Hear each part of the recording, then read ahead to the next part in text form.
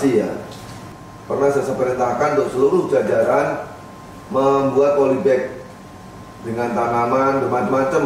Ada cabai, ada terong, mungkin ada kangkung, ada tomat dan sebagainya.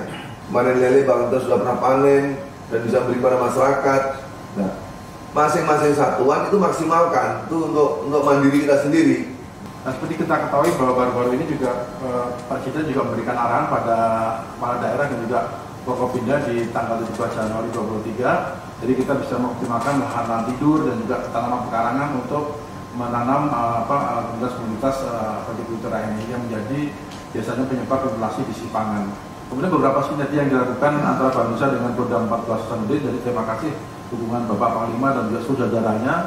Dilanjutkan dengan beberapa kegiatan di lapangan, yaitu tanaman cabai, kemudian juga bioflok, kemudian juga bibit jagung dan sebagainya. Memang untuk Sumbar secara nasional kita paling rendah 3,8 tadi disampaikan.